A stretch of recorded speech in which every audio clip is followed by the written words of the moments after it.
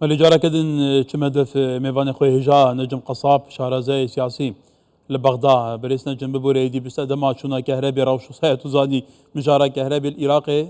هر چاره سرنا بو يدي قال جرا برزگيري ليفر لورد روزبا برحال كرم بحث بكين يعني تي بيج بيني كرين لغور شافديران كو ايران هرشي اسرائيل بكي قالوا سيناريوين هرشا دار بازبوي دي دوباره بنفسي شيء نفسي كاريجر يعني به هرشا كي جي اوازتر به واف هرشا برفره ترجي ببن يعني كل المعطيات بأن لا إيران بەڵێ هەموو ئەو ئاماژەکەوە هەن لە بەردەستماندا نە ئێران و نە ئیسرائیل و نە ئەمریکا نایانەوێت گرژیەکان زیاتر پەرەبسێنێت و تەشەنە بکات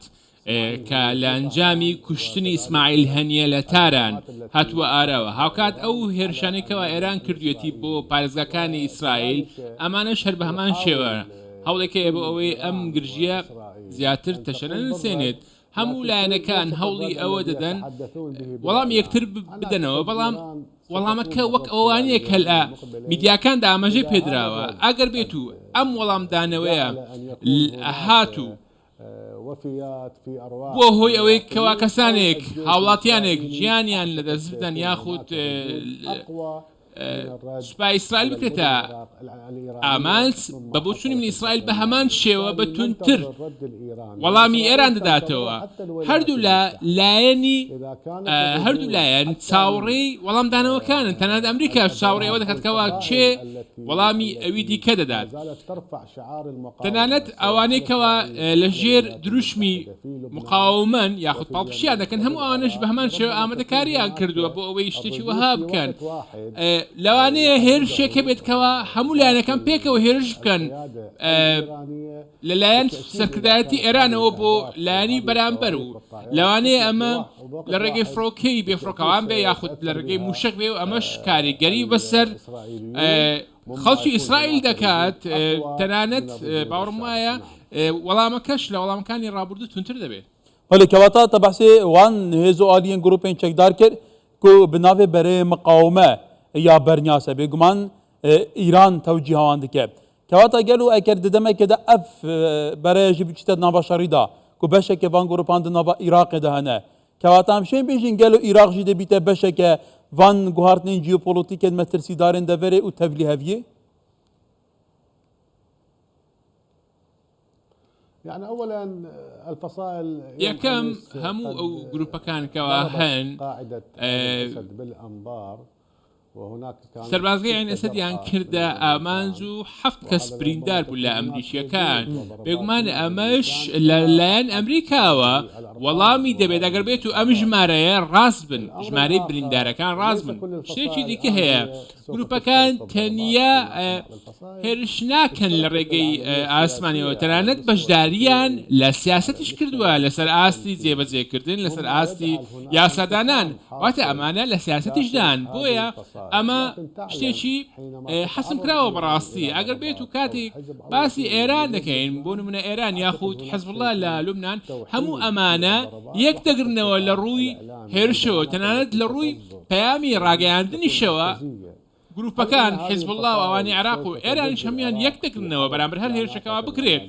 بۆیە بە بۆچوونی من ئەمە کاریگەریەکی خراپی بەسەر ئابووری عێراق دەبێت کاریگەری خراپی بەسەر هەموو ئەوەی ئێستا دەبێتکەوە لە عێراق هەیە تا ئێستاش وەکو ئەوەی لە ڕابردوو هەبووە ئێستاش عێراق خۆتان نەزان لەسەر بانکە ئەمریکەکان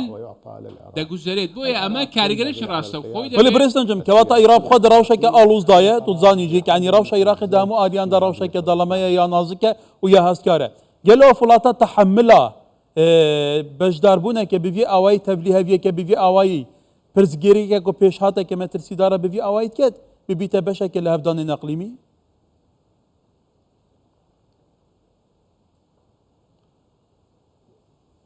يعني كان إذا وجب أن لا يتحمل ولا پێویستە يجد ئەمە أن يجد لە خۆ نەگرێ و ئەمە في بەسەر هذه خۆی الحرب دانشکێنێتەوە نەبێتە بەشێک لە کێشمەکێشە سیاسەکانی نێوان ئێران و ئیسرائیل و ئەمریکا ئەگەر بێت و بە شێوەیەکی فعلی ئیدارەیەکی تەواو هەبێت لە عێراق و بڕیارەکان لە ناوخۆی عێراقەوە بێ بەڵام هەموو دەستوردانە دەرەچیەکان لەلایەن ئەمریکا بێ یاخود لەلایەن ئێران بێ کاریگەری بەسەر بڕیارەکانەوە هەیە بەڵام حکوومەتەکەی محەممەد شیع سوودانی تا ئێستا توانیوێتی بتوانێت لە ڕووی ئیدارەکردنیەوە بەتابەت لایەن حەشد شعبی و هەموو هێزەکان و هەموو ئەوانە باڵانسێک ڕابگرێت بتوانێت ڕایانگرێت لە ڕووی سیاسیشەوە هاوکات حکوومەتی سوودانی توانی بێتی عێراق توانیوێتی لە ڕێگەی وەبەرهێنان و بیناسازی و هاتنی کۆمپانیاکان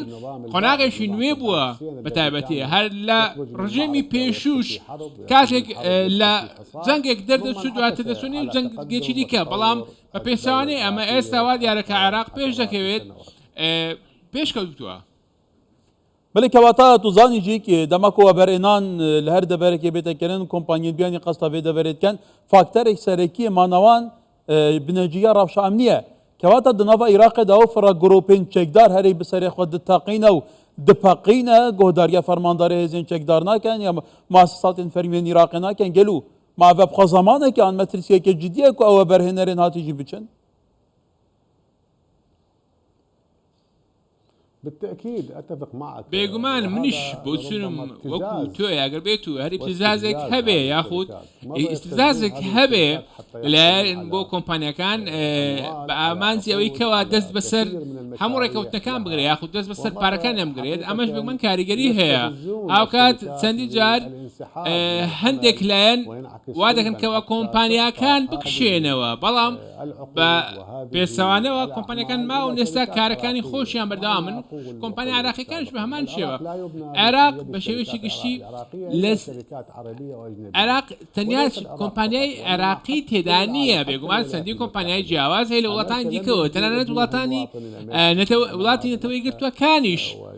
بە هەمان شێوە بەم سیستەمە کار دەکات هەموو وڵاتانیش با بڵێن وڵاتانی ئەمریکای باشوور بێ